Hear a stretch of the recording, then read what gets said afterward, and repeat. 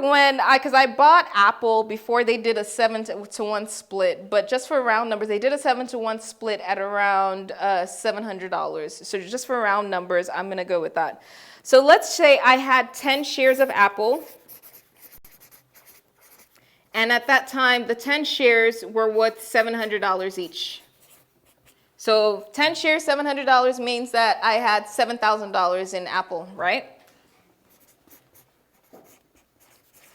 Then Apple comes and they say, we're going to do a 7-to-1 split. So that means that for every single share of my stock, I'm now going to get 7, okay? So the 7, that means that I now have 70 shares. Does that make sense? Follow me so far. I have 70 shares, but the market value does not change.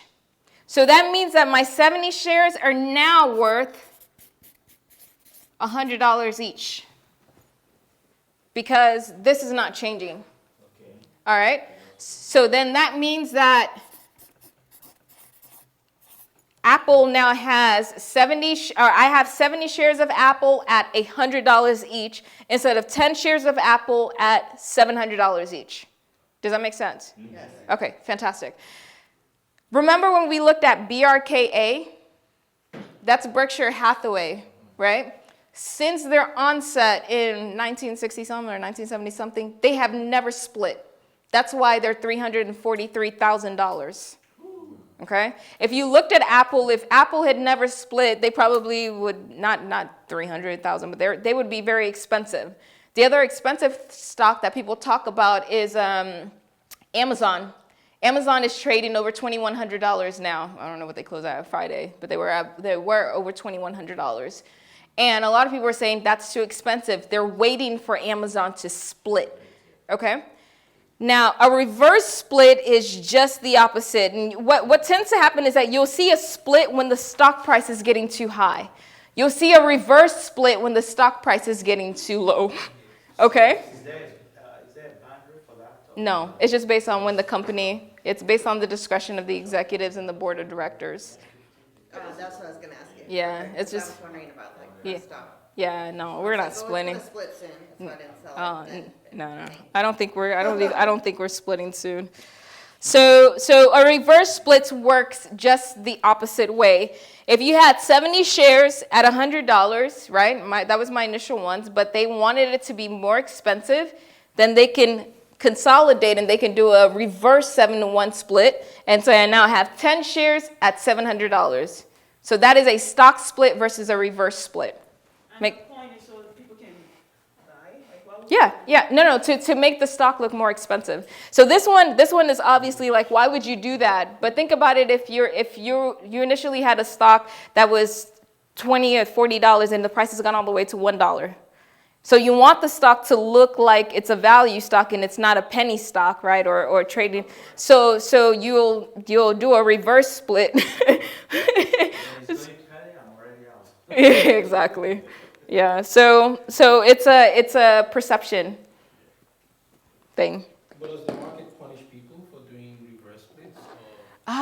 That's a great question. I'm not sure.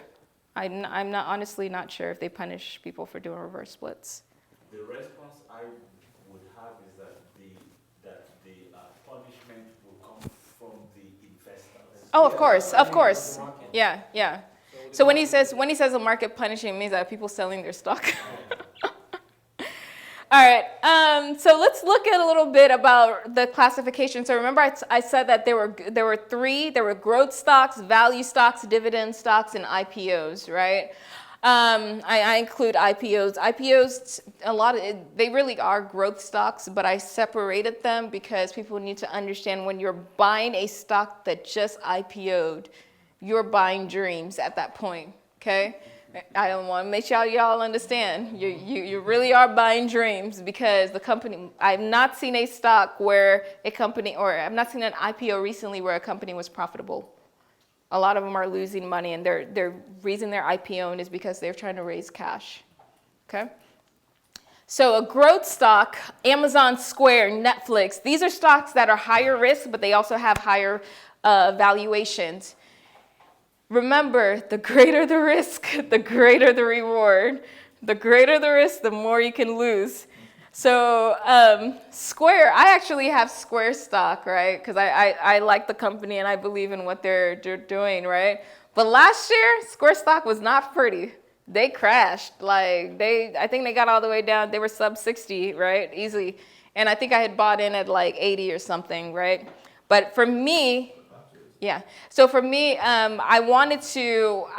buying for the long term. That's part of the reason why I didn't sell. Value stocks. These are stocks that tend to have lower risk, lower volatility, okay? You'll see the easiest way for me to look at a value stock is to look at their PE ratios. The majority of them are like under 15. If you go and you look at JP Morgan Chase, I think they have a 12 or 13, PE. Then you have dividend stocks. These are stocks that pay out big dividends. And a lot of people have these stocks in their portfolio because of that dividend payout. All right.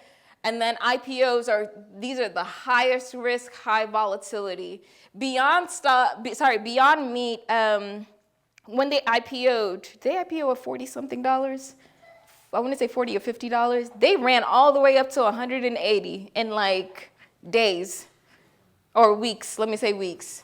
So, and of course now they've gone back down to 120, 110. So, I mean, when you're investing, you see these things and you're like, oh, let me jump on the bandwagon, right? Because I can easily make money. But remember, if you're not willing to lose that amount of money, don't jump on that bandwagon. That bandwagon is not for you.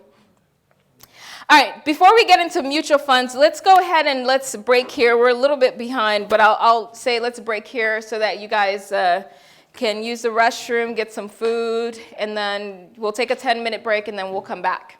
Sound good? All right, fantastic.